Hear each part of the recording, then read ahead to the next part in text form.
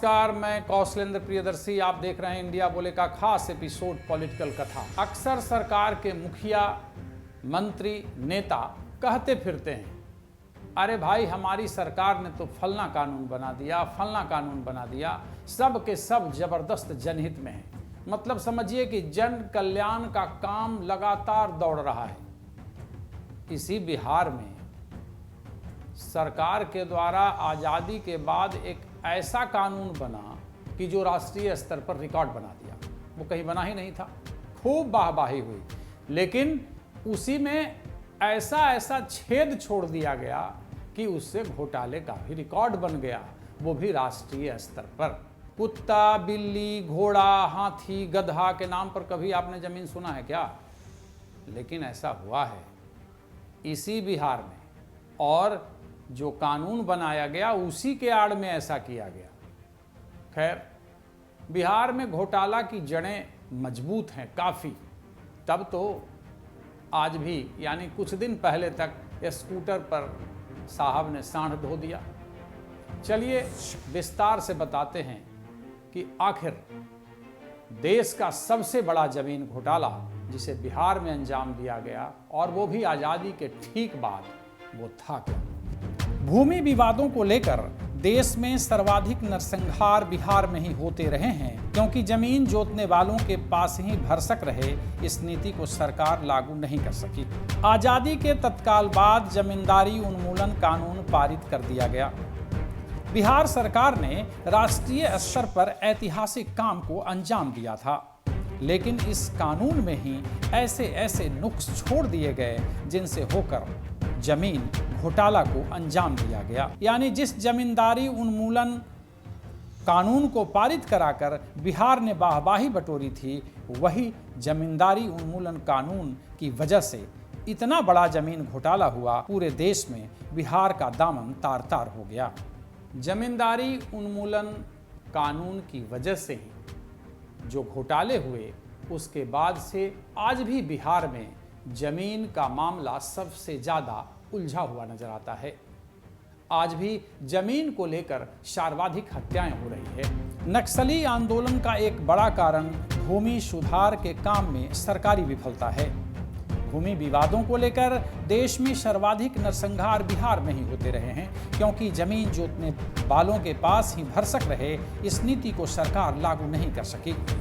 हालांकि इस घोटाले में राज्य सरकार के साथ साथ तब के जमींदार भी शामिल रहे। उनके पास ही राज्य की 90% जमीन के रिकॉर्ड थे। सारे रिकॉर्ड उन लोगों ने सरकार को नहीं सौंपे। जमींदारी उन्मूलन कानून 1949 में बना। बाद में इसमें परिवर्तन भी किया गया। इस कानून के अंतर्गत यह प्रावधान रखा गया कि 1 जनवरी 1946 के पश्चात किसी भूमि हस्तांतरण या बंदोबस्त को सरकार खारिज कर सकती है। चूंकि जमींदारों के पास ही सारे रिकॉर्ड थे, इसलिए उनमें से अधिकतर लोगों ने 1 जनवरी 1946 से पहले की तारीख में बड़ी मात्रा में भूमि का हस्तांतरण व बंदोबस्त कर दिया। कुत्ते, बिल्ली, चूहे व देवी देवताओं के नाम से भी जमीन की बंदोबस्ती करके अनेक जमींदारों ने बड़ी मात्रा में भूमि अधिग्रहण से बचा ली। कानून में यह भी छूट दे दी गई थी कि कुछ खास तरह की जमीन जमींदार अपने पास रख सकते हैं। उसमें से खास जमीन बंधकी या पट्टेदार के पास की जमीन शामिल थी। अधिग्रहण से इस छूट का जमींदारों ने काफी दुरुपयोग किया। सरकारी नौकरशाही में जमींदारों की संतान व रिश्तेदारों के भरमार के कारण भी जमींदारी उन्मूलन कानून को ठीक से लागू नहीं किया गया। 1908 में बंगाल के बिहार से अलग हो जाने के बाद बिहार सरकार की नौकरियों में स्थानीय भूमिपतियों व जमींदारों की बड़ी संख्या थी। उनके निहित स्वार्थ थे। याद रहे कि बिहार में आज़ादी के समय 2,17,272 स्थायी बंदोबस्त वाले ई एस्टेट मालिक व करीब 18 लाख छोटे बड़े जमींदार थे। साल में 25 रुपये वसूली वाले जमींदार भी थे। जमींदारों ने कागजात छिपा लिए। इसके लिए सरकार को बहुत दोषी नहीं ठहराया जा सकता, पर फर्जीवाड़ा करने की काफ़ी छूट दी गई थी। कई वर्षों तक जमींदार रिटर्न दाखिल करते रहे, पर एक बात जरूर कही जा सकती है कि खुद कांग्रेस पार्टी में उच्च स्तरीय नेतृत्व में जमींदारी उन्मूलन के तरीके पर मतभेद था। इससे भी कानून बनने में देरी हुई। गिरीश मिश्र व ब्रज कुमार पांडे ने sociology and economics of casteism in India नामक अपने पुस्तक में जमींदारी उन्मूलन के सवाल पर किस तरह बड़े बड़े कांग्रेसी नेताओं में मतभेद था, इसका विस्तृत जिक्र किया है। जमींदारों ने जमींदारी उन्मूलन कानून को अदालत में चुनौती देकर इसे विलंबित किया। इस बीच अनेक जमींदारों को फर्जीवाड़ा करने का समय मिल गया। याद रहे कि इसी मुद्दे पर अदालती हस्तक्षेप के मुकाबले के लिए इस देश के संविधान में पहला संशोधन करना पड़ा था।